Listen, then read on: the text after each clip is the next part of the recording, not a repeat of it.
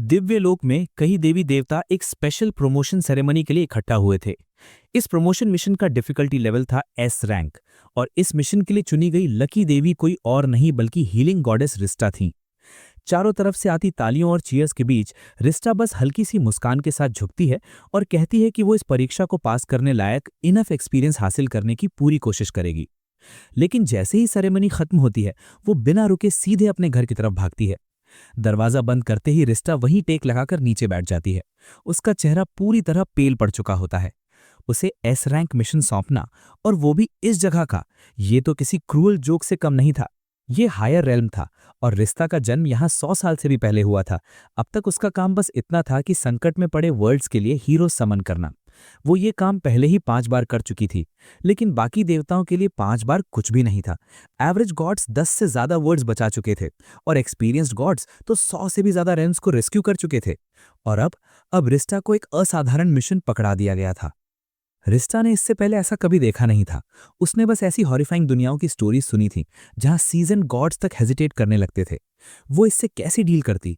एक पल के लिए वो पूरी तरह ब्रोकन सी महसूस करती है, लेकिन फिर डीप ब्रेथ लेकर खुद को संभालती है और अपनी डेस्क पर बैठ जाती है।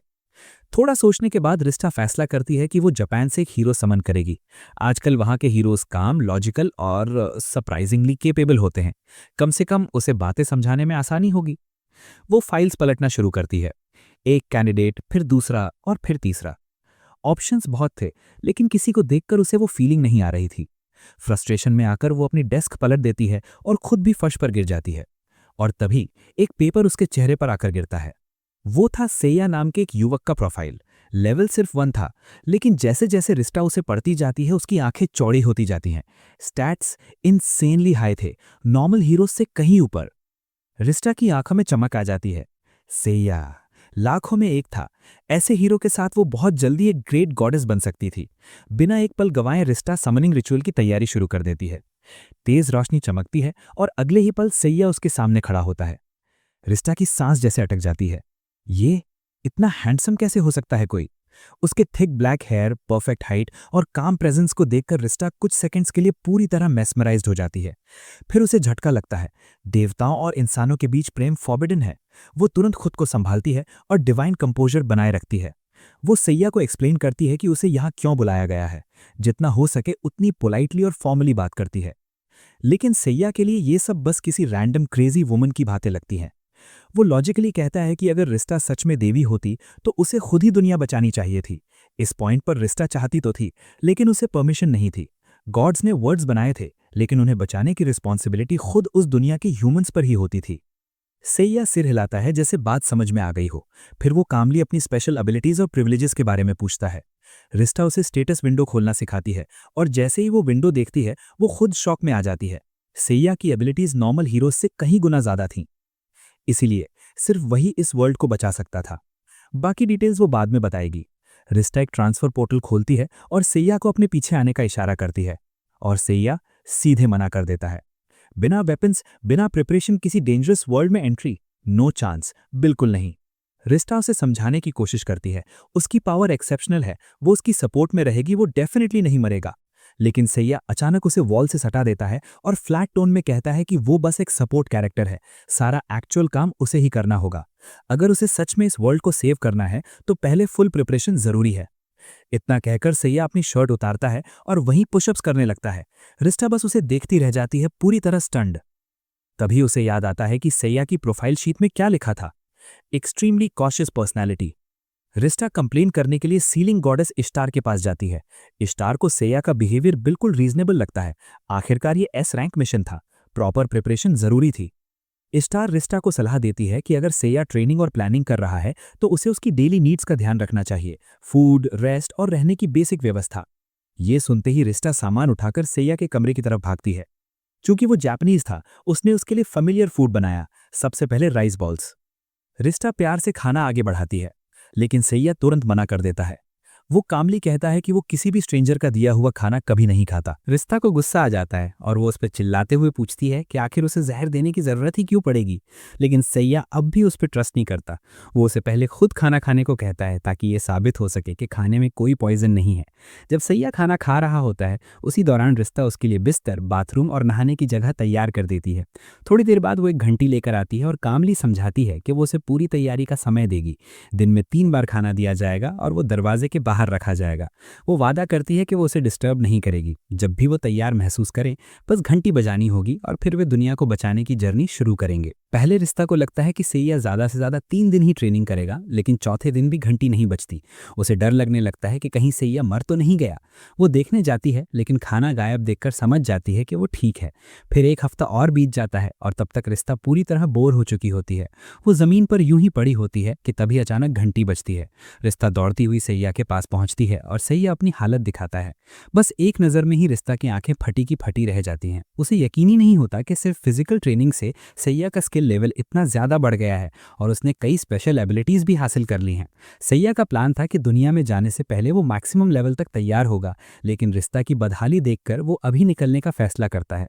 रिश्ता जल्दी से एक पोर्टल खोलती है और सैया को खींचकर उसके अंदर ले जाती है। अगले ही पल वे एक हरे भरे मैदान में टेलीपोर्ट हो जाते हैं। दूर दिखाई दे रहे अडोना नाम के कस्बे की तरफ इशारा करके रिश्ता बताती है कि पहले उन्हें सैया के लिए इक्विपमेंट लेना होगा। जैसे ही वे कस्बे में घुसते हैं एक बूढ़ा आदमी उनका अभिवादन करता है। रिश्ता खुशी से जवाब देती है, लेकिन सैया पूरी तरह अलर्ट रहता है, ये सोचते हुए कि कहीं ये बूढ़ा आदमी कोई शेप शिफ्टिंग मॉन्स्टर या अपराधी तो नहीं जो अचानक फ्रेंडली बन रहा है। तभी एक छोटी लड़की भी उनका स्वागत करती है। खुद को नीना बताते हुए वो उन्हें हथियारों की दुकान तक ले जाती है। दुकान में जाने से पहले रिश्ता सैया को पैसों से भरा एक थैला देती है जो उसने उसके लिए गिफ्ट के तौर पर तैयार किया था। इन पैसों से सैया आराम से फुल प्रिपरेशन कर सकता था। अंदर जाते ही चारों तरफ नजर घुमाकर सैया तुरंत कवच के 3 सेट उठा देता है। ये देखकर रिश्ता शॉक में आ जाती है और झट से पैसे वाला थैला वापस खींच लेती है। वो कहती है कि इतने आर्मर की कोई जरूरत नहीं है और खुद सैया के लिए कवच चुन लेती है। कवच लेने के बाद सैया पैसे वापस लेता है और सीधे जनरल स्टोर की तरफ भागता है, जहां से वो जितने भी स्मोक बॉम्ब्स और अर्ब्स मिलते हैं सब खरीद लेता है। वो रिश्ता को एक्सप्लेन करता है कि जब तक ये पता ना हो कि किस तरह के मॉन्स्टर्स मिलेंगे तब तक ओवर प्रिपेयर्ड रहना जरूरी है। रिश्ता चिढ़ जाती है और उस पर चिल्लाकर कहती है कि वो उसकी गाइड है और उसने कहा था कि ये इलाका सेफ है, यहाँ कोई राक्षस नहीं है, इसलिए इतना पैरानॉइड होने की जरूरत नहीं। नीना भी बीच में बोलती है कि यहाँ सिर्फ स्लाइम्स ही रहते हैं। सैया को डरता देख नीना उसे एक ताबीज दे देती है। अब जब सारा सामान तैयार हो जाता है तो मॉन्स्टर हंटिंग का समय आता है। रिश्ता सैया को मैदान में ले जाती है, लेकिन सैया किसी भी तरह का रिस्क लेने के मूड में नहीं होता। तभी अचानक एक स्लाइम प्रकट होता है। सैया तुरंत एक कोने में छिपकर उसका ऑब्जर्वेशन और एनालिसिस शुरू कर देता है, जिसे देखकर रिश्ता बस लंबी सांस लेती है। वो कहती है कि ऐसे स्लाइम को तो बच्चे भी मार सकते हैं। उसकी बात खत्म होते ही सैया तलवार निकालता है और स्लाइम पर हमला कर देता है। हमला इतना जबरदस्त होता है कि एक बड़ा एक्सप्लोजन हो जाता है, लेकिन सैया यहीं नहीं रुकता। उसे लगता है कि स्लाइम शायद अब भी जिंदा है, इसलिए वो लगातार कई वार करता रहता है। पूरी तरह संतुष्ट होने के बाद ही वो रुकता है। तभी रिश्ता पूछती है कि क्या उसे अब थोड़ा कॉन्फिडेंस महसूस हो रहा है और अगर हाँ तो वे अगले शहर की ओर बढ़ सकते हैं। उसी पल एक बेहद पावरफुल प्रेजेंस महसूस होती है और रिश्ता घबरा जाती है। एक खूबसूरत लेकिन सींगों वाली महिला सामने आती है और अपना परिचय मिशिना के रूप में देती है, दानव राजा की सेना के 4 हेवनली किंग्स में से एक जो नए नायक को खत्म करने आई थी। मिशिना को ठीक ठीक पता था कि रिश्ता ने क्या किया है। आमतौर पर जब भी कोई हीरो समन होता है तो एक सिग्नल निकलता है और रिश्ता हमेशा हीरोज को लेवल अप कराने के लिए आसान शुरुआती जगह चुनती है। मिशिना को बस यहीं खड़े होकर उनका इंतजार करना था। मिशिना के स्टैट्स लेवल 66 देखकर रिश्ता के पसीने छूट जाते हैं। ये बहुत बुरी खबर थी, उन्हें भागना होगा। लेकिन इससे पहले कि वो सैया को वॉर्न कर पाती, सैया पहले ही दौड़ चुका था। हक्की बक्की रिश्ता उसे कोसते हुए उसके पीछे भागती है। ये पहली बार था जब उसने किसी हीरो को देवी के सामने से भागते देखा था। वो पूरी ताकत से सैया के पीछे दौड़ती है। अचानक सैया रुकता है, स्मोक बॉम्ब्स फेंकता है और रिश्ता को पकड़कर एक तरफ कूद जाता है, जिससे वे मिशिना के हमले से बाल बाल बच जाते हैं। दोनों लगातार भागते रहते हैं और सैया रिश्ता से कहता है कि उन्हें अभी रिट्रीट करना होगा। रिश्ता उसकी बात समझ जाती है और तुरंत डिवाइन रेल्म में लौटने के लिए एक पोर्टल खोल देती है। देखते देखते मिशिना रिश्ता के बिल्कुल पीछे आ जाती है। उसी पल सैया अचानक अपना बैग उसके चेहरे की तरफ उछाल देता है और फिर अपनी हेलफायर पावर का इस्तेमाल करके उसे जला देता है। इससे मिशिना को कोई खास नुकसान तो नहीं होता, लेकिन सैया को इतना वक्त जरूर मिल जाता है कि वो रिश्ता को पकड़कर पोर्टल में कूद जाए। अपने शिकार को यूं भागने देने के बावजूद मिशिना मुस्कुरा देती है। उसे फर्क नहीं पड़ता क्योंकि उसे पूरा भरोसा है कि वे बहुत जल्द फिर मिलेंगे। जैसे ही दोनों टेलीपोर्ट होकर उसके कमरे में लौटते हैं, सैया रिश्ता को बाहर निकाल देता है और साफ साफ कहता है कि अब से वो तब तक ट्रेनिंग करता रहेगा जब तक उसे मनचाहा रिजल्ट नहीं मिल जाता। वो कमरे से बाहर नहीं निकलेगा, इसलिए रिश्ता को बस वापस जाकर घंटी बजने का इंतजार करना चाहिए। 2 दिन बीत जाते हैं और रिश्ता अपने कमरे में बेचैनी से इंतजार करती रहती है। अब उससे और आइडल बैठा नहीं जाता, इसलिए वो देवी क्षेत्र में जाकर अपनी क्रिस्टल बॉल उधार लेने चली जाती है। दूसरी दुनिया को देखने के लिए जैसे ही वो मंत्र पढ़ती है, स्क्रीन पर मिशीना का चेहरा एकदम पास आ जाता है, जिससे रिश्ता डर के मारे उछल जाती है। मिशीना को अच्छी तरह पता था कि रिश्ता दिव्य लोक से इस दुनिया पर नजर रख रही है और उसने रिश्ता व सैया को बाहर निकालने की पूरी प्लानिंग कर रखी थी। वो जमीन पर पड़े एक आदमी को लात मारती है और ऐलान करती है कि अब से हर 10 मिनट में वो एक गांव वाले को मारेगी। अगर वे नहीं चाहते कि पूरा गांव खत्म हो जाए तो उन्हें तुरंत वहां पहुंचना होगा। रिश्ता घबराकर सैया के पास दौड़ती है और उससे बताती है कि गांव खतरे में है और उससे तुरंत मदद करने की गुहार लगाती है। सैया साफ इनकार कर देता है और कहता है कि अभी वो पूरी तरह रेडी नहीं है। रिश्ता उसे डांटते हुए कहती है कि एक सच्चा हीरो ऐसा नहीं करता, असली नायक तो बिना सोचे समझे खतरे में पड़े लोगों की मदद के लिए भागता है। तभी 10 मिनट पूरे हो जाते हैं। मिशीना क्रिस्टल बॉल के जरिए बताती है कि वो अगला शिकार नीना के पिता को बनाएगी। रिश्ता का चेहरा उड़ जाता है और वो सैया को किसी भी तरह मनाने की कोशिश करती है, लेकिन सैया उसकी एक भी नहीं सुनता और शांति से स्क्वाट्स करता रहता है। ये देखकर रिश्ता पूरी तरह भड़क जाती है और अकेले ही पोर्टल खोलने वाली ही होती है कि तभी सैया उसे रोक लेता है। जैसा कि रिश्ता पहले बता चुकी थी, डिवाइन रेल्म और दूसरी दुनिया में समय का फ्लो अलग अलग होता है, इसलिए गांव वालों को बचाने के लिए उनके पास अभी भी वक्त है, जल्दबाजी करने की जरूरत नहीं। रिश्ता ये बात समझ जाती है, लेकिन मिशीना ने अगला नाम पहले ही नीना के पिता का चुन लिया था। क्या वे बस उसे मरते हुए देखते रहेंगे? सैया लगातार एक्सरसाइज करता रहता है और रिश्ता पूरी ताकत से उससे विनती करती रहती है। उसे पता है कि सैया को मरने का डर है, लेकिन क्या सच में इससे फर्क पड़ता है? अगर सैया मर गया तो वो अपनी ओरिजिनल वर्ल्ड में लौट जाएगा, लेकिन अगर गांव वाले मरे तो वे हमेशा के लिए खत्म हो जाएंगे। उन्हें वापस लाने का कोई तरीका नहीं होगा। सैया बिना कुछ कहे स्क्वाट्स करता रहता है। अब रिश्ता के पास सच में कोई ऑप्शन नहीं बचता। न सख्ती काम कर रही है न नरमी। उसे लगने लगता है कि सैया को चुनकर उसने बहुत बड़ी गलती की है। वो सच में एक कावर्ड हीरो है। रिश्ता रोने लगती है और जाने ही वाली होती है कि तभी सैया बोलता है। वो शांत स्वर में समझाता है कि उसके हर कदम के पीछे एक वैलिड रीजन है। अगर वो अभी मर गया तो सिर्फ ये शहर नहीं बल्कि धीरे धीरे पूरी दुनिया भी नष्ट हो जाएगी। इसलिए उसे हर लड़ाई जीतने के लिए परफेक्ट प्रिपरेशन चाहिए। रिश्ता चौंक कर पलटती है और देखती है कि सैया ने पहले से ही अपना आर्मर पहन चुका है। क्या उसकी तैयारी पूरी हो चुकी थी? रिश्ता जल्दी से अपनी आंखों से चेक करती है और ये सच निकलता है। उसे यकीन ही नहीं होता। सिर्फ 2 दिनों में सैया का लेवल आसमान छू चुका था। अब वो मिशीना से लड़ने के लिए काफी स्ट्रांग हो गया था। रिश्ता उत्साह में शहर के ठीक बीच पोर्टल खोलने का सुझाव देती है ताकि सबको तुरंत बचाया जा सके, लेकिन ये सुनते ही सैया उस बेवकूफ देवी के सिर पर जोरदार घूंसा मार देता है। अगर वे सीधे कस्बे में पहुंचते तो नीना और उसके पिता उन्हें बचाने से पहले ही मर जाते, इसलिए पोर्टल थोड़ा दूर खोलना जरूरी था। उधर कस्बे में मिशीना जम्हाई लेती हुई बैठी थी। उसे लग रहा था कि 10 मिनट बहुत लंबा इंतजार है। जैसे ही वो हमला करने के लिए अपनी तलवार उठाती है, वो फांसी का समय घटाकर 5 मिनट कर देती है। तभी सैया प्रकट होता है। वो तलवार की एक एनर्जी वेव भेजता है जिसे मिशीना आसानी से चकमा दे देती है और जोर जोर से हंसते हुए उसका मजाक उड़ाती है। कौन सा हीरो छुपकर हमला करता है और इतनी बुरी तरह मिस करता है? लेकिन सैया को इसकी जरा भी परवाह नहीं थी, क्योंकि शुरू से उसका टारगेट नीना नहीं बल्कि उसके पिता थे। सैया के बचाते ही वे दोनों तुरंत वहां से भाग निकलते हैं। मिशीना सैया के स्टैट्स देखती है और इतने कम समय में हुई जबरदस्त ग्रोथ देखकर चौंक जाती है। ये अच्छा संकेत नहीं था, इसलिए वो सीरियस हो जाती है। मिशीना अपनी मांसपेशियां कसती है और एक विशालकाय रूप में बदलकर सैया पर टूट करती है। सैया उसके हर हमले को रोकता है और लगातार दूरी बनाए रखता है। रूप बदलने के बावजूद मिशीना की स्पीड अब भी सैया के लिए मैनेजेबल थी। हालात वाकई खराब थे। अब उसे अपना आखिरी दांव खेलना ही था। कुछ गलत महसूस करते हुए रिश्ता पूरी आवाज में चिल्लाकर सैया को सावधान रहने के लिए कहती है। मिशीना पागलों की तरह हंसते हुए सैया से कहती है कि एक ट्रू वॉरियर हमेशा अपनी असली चाल छिपा कर रखता है। इतना बोलते ही वो अपनी ही तलवार से खुद को घायल कर लेती है और उसी पल उसके पेट से कुछ बेहद अजीब सा बाहर निकलने लगता है। डर के मारे रिश्ता का चेहरा एकदम पीला पड़ जाता है। तो यही था मिशीना का असली रूप। उसकी ताकत देखकर तो हालात और भी डरावने लगने लगते हैं, यहाँ तक कि डी रैंक दुनिया के किसी डेमन लॉर्ड से भी कहीं ज्यादा। अपना ट्रांसफॉर्मेशन पूरा करते ही मिशीना सैया को ताने मारने लगती है। वो पूछती है कि क्या उसने कभी ऐसी पावर देखी है जो उसकी समझ से बाहर हो। फिर वो ऐलान करती है कि वो सैया को सिर्फ एक ही बार में खत्म कर देगी और उसी जोश में उस पर टूट पड़ती है। रिश्ता फूट फूट कर रोने लगती है और सैया से माफी मांगती है कि उसने उसे इतने खतरनाक दुश्मन के सामने खड़ा कर दिया। लेकिन जैसे ही धूल बैठती है, सामने का नज़ारा सबको चौंका देता है। सेइया ने किसी तरह उस हमले को रोक लिया था। रिश्ता तुरंत समझ जाती है कि इसके पीछे सिर्फ एक ही वजह हो सकती है। सेइया के आंकड़े मिशीना से कहीं ज्यादा थे। वो उसकी छिपी हुई जानकारी देखने के लिए अपनी शक्ति का इस्तेमाल करने की कोशिश करती है। रिश्ता हार मानने वालों में से नहीं थी। वो पूरी ताकत झोंक देती है और तब तक देखती रहती है जब तक उसकी आंखें फटी की फटी नहीं रह जाती। जो वो देखती है उससे वो सन्न रह जाती है। सेइया के स्टैट्स पहले दिखाए गए आंकड़ों से पूरे 10 गुना ज्यादा थे।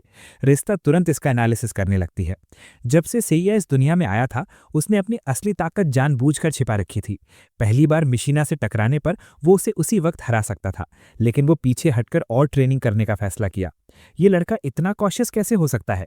रिश्ता इसकी कल्पना भी नहीं कर पा रही थी। मिशीना एक और हमले के लिए हवा में उछलती है, लेकिन पलक झपकते ही सेइया उसके ठीक सामने आ खड़ा होता है और इस बार मिशीना के पसीने छूट जाते हैं। अब पीछे हटने का कोई रास्ता नहीं था। सेइया अपनी तलवार निकालता है, उसमें आग की एनर्जी भरता है और एक ही झटके में मिशीना को टुकड़ों में काट देता है।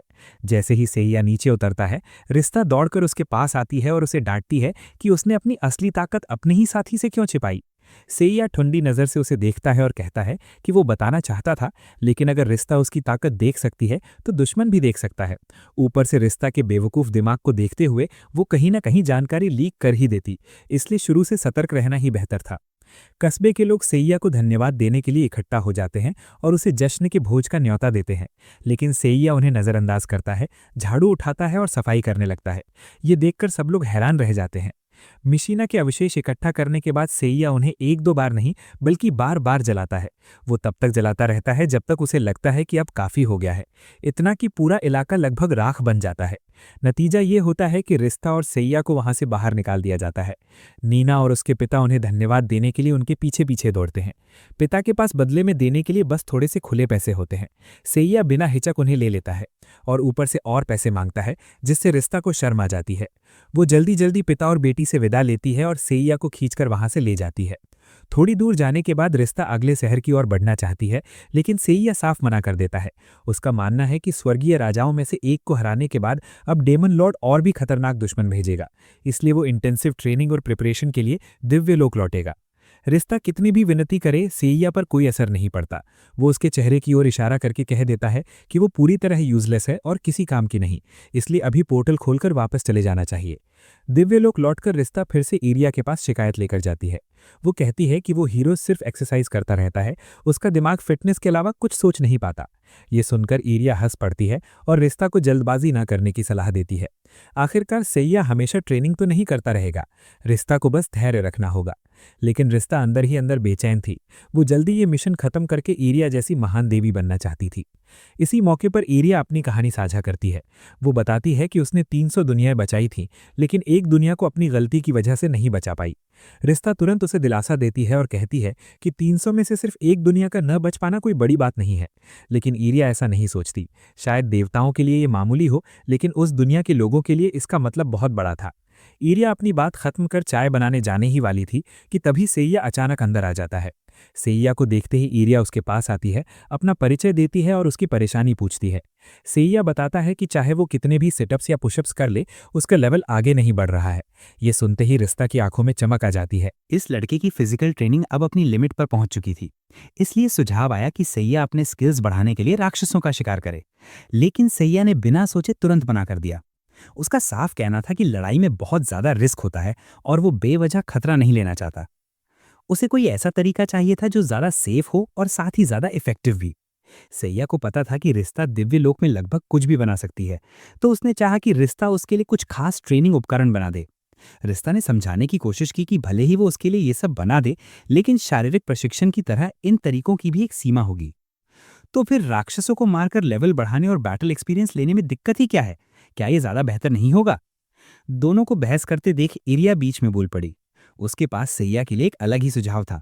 अगर वो राक्षसों से लड़ना नहीं चाहता, तो वो उसे दिव्य लोक में देवताओं के साथ ट्रेनिंग दिला सकती है। ये सुनते ही रिश्ता तुरंत एरिया को एक तरफ ले जाती है और फुसफुसाकर बताती है कि मनुष्यों को ट्रेनिंग देना मना है। ऊपर से उनमें से कोई भी युद्ध की देवी नहीं है, तो फिर वे सैया को आखिर ट्रेन कैसे करेंगे? एरिया हल्के से मुस्कुराती है और खिड़की से बाहर झांकते हुए दूर खड़े एक बेहद सजग देवता की ओर इशारा करती है। वो देवता कोई और नहीं बल्कि तलवारों के देवता सर्सियस थे। एरिया ने सबकी ओर से उनसे मदद मांगने का फैसला किया। एरिया एक उच्च पद की देवी थी, इसलिए सर्सियस मना नहीं कर सका, लेकिन उसने सैया को पहले ही चेतावनी दे दी। उसका ट्रेनिंग प्रोग्राम बेहद कठोर है और सैया जैसे साधारण इंसान के लिए उसके साथ तालमेल बिठाना आसान नहीं होगा। सैया बहस में समय बर्बाद नहीं करना चाहता था, इसलिए बिना कुछ बोले सीधे ट्रेनिंग ग्राउंड में उतर गया। दोनों ने अपनी तलवारें निकाली और सर्सियस ने पहला वार किया। सैया ने हर अटैक को ध्यान से देखा और सटीक तरीके से रोक दिया। ये देखकर सर्सियस सच में प्रभावित हुआ। पहले दिन की ट्रेनिंग खत्म होने के बाद रिश्ता जानबूझकर मैदान में नहीं गई ताकि सैया उसकी मौजूदगी से अनकंफर्टेबल न हो। इसके बजाय वो डाइनिंग हॉल चली गई, जहां उसकी मुलाकात सर्सियस से हुई। मौके का फायदा उठाकर उसने पूछ लिया कि सैया कैसा कर रहा है। सर्सियस ने ईमानदारी से कहा कि वो सैया के प्रदर्शन से काफी इंप्रेस्ड है। वो दूसरे नायकों से अलग है, बहुत तेजी से सीखता है, हालांकि अभी भी देवता के लेवल तक नहीं पहुंचा है। दूसरे दिन रिश्ता की फिर से डाइनिंग हॉल में सर्सियस से मुलाकात हुई, लेकिन इस बार वो बिल्कुल बदला हुआ था। कल माला आत्मविश्वास गायब था। वो हकलाता हुआ बोल रहा था, पसीने से भीगा हुआ। उसने रिश्ता से कहा कि सैया के बारे में कुछ बहुत गलत है, वो बहुत ज्यादा तेजी से सीख रहा है। रिश्ता को यह सुनकर ज्यादा हैरानी नहीं हुई। उसने शांत स्वर में बताया कि सैया के पास एक खास क्षमता है जिससे उसके एक्सपीरियंस पॉइंट्स असामान्य रूप से तेजी से बढ़ते हैं। तीसरे दिन रिश्ता फिर सर्सियस को ढूंढने नहीं। इस बार वो डाइनिंग हॉल के बीच में नहीं बल्कि एक कोने में सिमटा बैठा था। माहौल अजीब लग रहा था। रिश्ता ने पास जाकर पूछा, लेकिन सर्सियस ने कुछ नहीं कहा और चुपचाप चला गया। चौथा दिन आ गया। पिछले दिन कोई जानकारी न मिलने पर रिश्ता ने खास तौर पर सर्सियस का पसंदीदा खाना ढूंढा, ये सोचकर कि शायद इस बहाने वो सैया की प्रोग्रेस के बारे में कुछ और जान पाए। लेकिन जैसे ही उसने दरवाजा खोला, उसे एक कोने में छिपा हुआ सर्सियस दिखा, डरा हुआ, घबराया हुआ। सर्सियस ने रिश्ता के कान में फुसफुसाकर कहा कि वो हीरो पागल हो चुका है। उसने बताया कि जब उसने सैया से कहा कि अब काफी ट्रेनिंग हो चुकी है, तब भी सैया ने उसे जाने नहीं दिया और जबरदस्ती अभ्यास जारी रखा। सर्सियस कई दिनों से सोया तक नहीं था। वो चीख पड़ा, ये कोई हीरो नहीं है, ये जल्लाद है, एक महाजल्लाद। और तभी जैसे ही उसके शब्द खत्म हुए, सैया अचानक उनके सामने प्रकट हो गया। दोनों देवता से हर उठे। सैया समय बर्बाद करने के मूड में नहीं था। उसने सर्सियस को फिर से ट्रेनिंग जारी रखने को कहा। आज वो इंटेंसिटी और बढ़ाना चाहता था। ये सुनते ही सर्सियस डर के मारे चीखने लगा। उसने अपनी तलवार तक फेंक दी, लेकिन फिर भी सैया नहीं रुका। रिश्ता ने बीच में आकर सैया को रोकने और उससे बात करने की कोशिश की, लेकिन उसी पल देवी आर्या वहां पहुंची और रिश्ता को बताया कि देवी इश्तार ने उसे बुलाया है। कोई विकल्प न होने की वजह से रिश्ता को सर्सियस को वहीं छोड़कर जाना पड़ा, बस इस उम्मीद के साथ कि वो उसके लौटने तक जिंदा और होश में रहे। रिश्ता इश्तार के कक्ष में पहुंची और उसे पूरी बात बताई। जैसे ही इश्तार ने सुना कि सर्सियस ने हार मान ली है, वो हंस पड़ी। फिर उसने रिश्ता को एक सच्चाई बताई। तलवारों के देवता सर्सियस कभी एक इंसान हुआ करते थे, जिन्हें बाद में दिव्यता प्राप्त हुआ। देवता बनने के बाद उनकी मानवीय यादें मिट गई, लेकिन भावनाएं उनकी आत्मा में हमेशा के लिए दर्ज रहीं। जब सैया ने उसे उसकी पूरी क्षमता तक ट्रेन करने पर मजबूर किया, तो उसकी आत्मा की सबसे कमजोर भावना जरूर जाग उठी होगी। लेकिन इन सब बातों से हटकर इश्तार ने रिश्ता को वहां किसी और वजह से बुलाया था। उसके पास रिश्ता के लिए एक नया मिशन था। वो चाहती थी कि नायक और रिश्ता इमीडिएटली दूसरी दुनिया में लौट जाएं, क्योंकि समोल सिटी सीधे खतरे में था और वहीं नायक के साथी उनका इंतजार कर रहे थे। इस्थर का आदेश मिलते ही रिश्ता फेया को बुलाने वापस आई, लेकिन जो उसने देखा उससे उसे गहरा शौक लगा। सेया लगातार सर्सियस के चेहरे पर मुक्के बरसा रहा था। इस बार सैया कोई भी बहाना बना ले, रिश्ता को जरा भी फर्क नहीं पड़ा। वो तय कर चुकी थी कि उसे हर हाल में अपने साथ ले जाना है। सैया ने भी ज्यादा विरोध नहीं किया। वो सर्सियस से जरूरी सारी जानकारी निकाल चुका था और अब पूरी तरह रेडी था। जैसे ही वे समौल पहुंचे, रिश्ता ने देखा कि कस्बे के लोग घबराकर घर छोड़ रहे हैं। जब उसने वजह पूछी तो पता चला कि मरे हुए लोगों की सेना आने वाली है और अगर किसी को जिंदा रहना है तो उसे अभी निकलना होगा। चलते चलते रिश्ता ने सैया को समझाया कि ये अंडर आखिर होते क्या है। जैसे ही सैया को पता चला कि वे पवित्र जल से डरते हैं, वो तुरंत एक दुकान में घुस गया और प्रिकॉशन के तौर पर 1000 बोतलें होली वाटर मांगने लगा। दुकानदार इतनी बोतलें नहीं दे सका, जिससे सैया साफ तौर पर निराश हो गया। एक बार फिर रिश्ता को बीच बचाव करना पड़ा। उनका अगला ठिकाना चर्च था, जहां सैया के साथी उसका इंतजार कर रहे थे। वे जल्दी पहुंच गए। बहन और पुजारी ने देवी को तुरंत पहचान लिया और आगे बढ़कर स्वागत किया। वहीं अलूलू और मैश से उनका परिचय कराया गया, जिनके खून में ड्रैगन का अंश था और जो आगे की यात्रा में सैया के साथी बनने वाले थे। पुजारी ने भी सैया का अभिवादन किया और अपना परिचय दिया। सैया ने कुछ कहा नहीं, वो बस आगे बढ़ा और सीधे पुजारी के सिर पर पवित्र जल डाल दिया। ये देखकर रिश्ता चौंक गई और जोर से चिल्लाई कि वो आखिर कर क्या रहा है। तभी पुजारी के सिर से धुआं उठने लगा। साफ हो गया कि वो पहले ही एक अनडेड में बदल चुका था और ये देखकर अलूलू और मैश दोनों काफी प्रभावित हुई। वे उससे लड़ने के लिए आगे बढ़ीं। रिश्ता ने सैया को उनकी मदद करने की याद दिलाई, लेकिन वो बोलने से पहले ही सैया ने काम शुरू कर दिया था। पुजारी का शरीर टूटने बिखरने लगा। अब सैया आगे बढ़कर उसकी जांच करने लगा। कोई खून नहीं, शरीर हिल नहीं पा रहा, फिर भी वो जिंदा था। मतलब साफ था ये पूरी तरह एक अनडेड बॉडी थी। तभी पुजारी ने धमकी भरी हंसी हंसी। उसने बताया कि वो 4 स्वर्गीय राजाओं में से एक डेथ मैगला का सेवक है। अगली सुबह तक 10,000 अनडेड सैनिक इस शहर पर हमला करेंगे और तब कोई भी योद्धा उनका सामना नहीं कर पाएगा। सैया को बस इतनी ही जानकारी चाहिए थी। क्योंकि वो अमर था और इस हालत में भी मरा नहीं, सैया ने और ज्यादा कॉशियस होने का फैसला किया। जैसे ही सैया ने अपने स्किल्स इस्तेमाल किए, चर्च में लगातार विस्फोट होने लगे। रिश्ता घबराकर सबको पकड़ती है और बाहर की ओर भागती है। विस्फोट के बाद चर्च पूरी तरह खंडहर बन चुका था और ये दृश्य देखते ही रिश्ता बेहोश हो गई। थोड़ी सनकी होने के बावजूद मैश सैया की ताकत से काफी प्रभावित थी। वो और अलुलू दोनों उससे हाथ मिलाने आगे बढ़ीं, इस उम्मीद में कि अब वे साथ में क्वेस्ट्स करेंगी। सैया ने अपनी जेब से पवित्र जल निकाला और मैश और अलुलू के सिर पर डाल दिया। कोई रिएक्शन न देखकर सैया ने आखिरकार अपना परिचय दिया। अब तक अलुलू और मैश सैया से थोड़ा सावधान हो चुकी थीं। उसका पागलपन उन्हें सामान्य से कहीं ज्यादा लग रहा था। उन्होंने मुड़कर देखा तो रिश्ता और सैया उन्हें ध्यान से देख रहे थे और उनकी स्टैट्स जांच रहे थे। सच कहें तो मैश और अलुलू के स्किल्स बहुत खास नहीं थे। रिश्ता को लगा कि वे धीरे धीरे इंप्रूव कर सकती हैं, इसलिए ज्यादा जल्दबाजी की जरूरत नहीं है। लेकिन सैया इससे बिल्कुल सहमत नहीं था। उसने साफ कह दिया कि वो 2 कमजोर खिलाड़ियों के साथ टीम नहीं बनाएगा। सैया ने अपना फैसला स्पष्ट कर दिया। मैश और अलुलू बहुत कमजोर थीं और अगर वे उसके साथ जाती तो सिर्फ बोझ बनती, इसलिए उसे उनकी कोई जरूरत नहीं थी। ये सुनकर मैश भड़क गई और सैया पर हमला ही करने वाली थी। तभी पहरेदारों का एक दल वहां पहुंच गया और सबको रोक लिया। चर्च को तबाह देखकर वे घबरा गए और पूछने लगे कि आखिर हुआ क्या है। रिश्ता पसीने से तर थी। उसे समझ नहीं आ रहा था कि क्या जवाब दे। तभी बहन को होश आ गया। उसे सब कुछ साफ याद नहीं था, लेकिन उसने अस्पष्ट शब्दों में पूरी बात बताई। फिर उसने पहरेदारों से कहा कि सुबह तक 10,000 अनडेड सैनिक इस शहर पर हमला करेंगे।